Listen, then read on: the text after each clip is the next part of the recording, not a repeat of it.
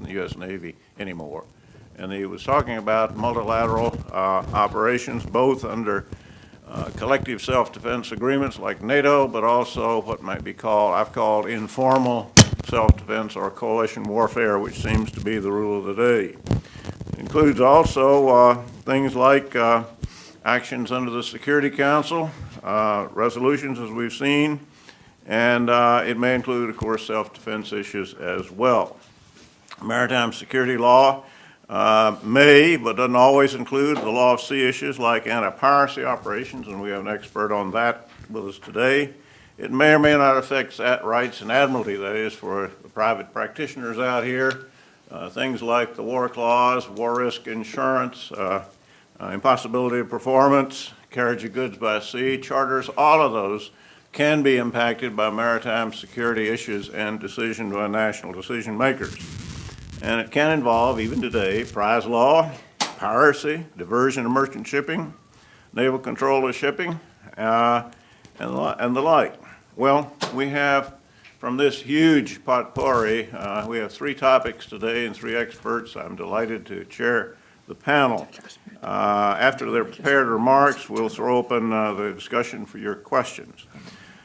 First of all, let me introduce the speakers, and then I will turn the podium or the table over to the first speaker. Vice Admiral James Hawk, recently retired Judge Advocate General of the Navy and now on the Penn State University Dickinson School of Law faculty. As a distinguished scholar, will address the law of the sea and the South China dispute.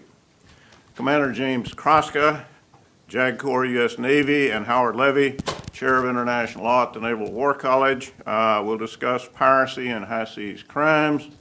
And then finally, Captain Glenn Silmazzi, U.S. Coast Guard, Professor of Law at the Coast Guard Academy, New London, who will discuss port security and related issues. And after that, we'll throw the floor open for questions and hope to answer them. Admiral, the floor is yours.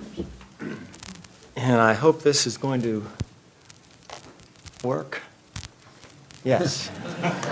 I got to tell you, I wasn't expecting to see that, but. Thank you, George and General Dunlap and Duke for hosting this spectacular event. It's a real honor to be invited back to talk for a few minutes about what Harold Koh has called the most important, least understood international law issue of our time. So, you're very privileged because we're going to figure it out in 15 minutes. What I hope to do is not untangle anything, but to just give you a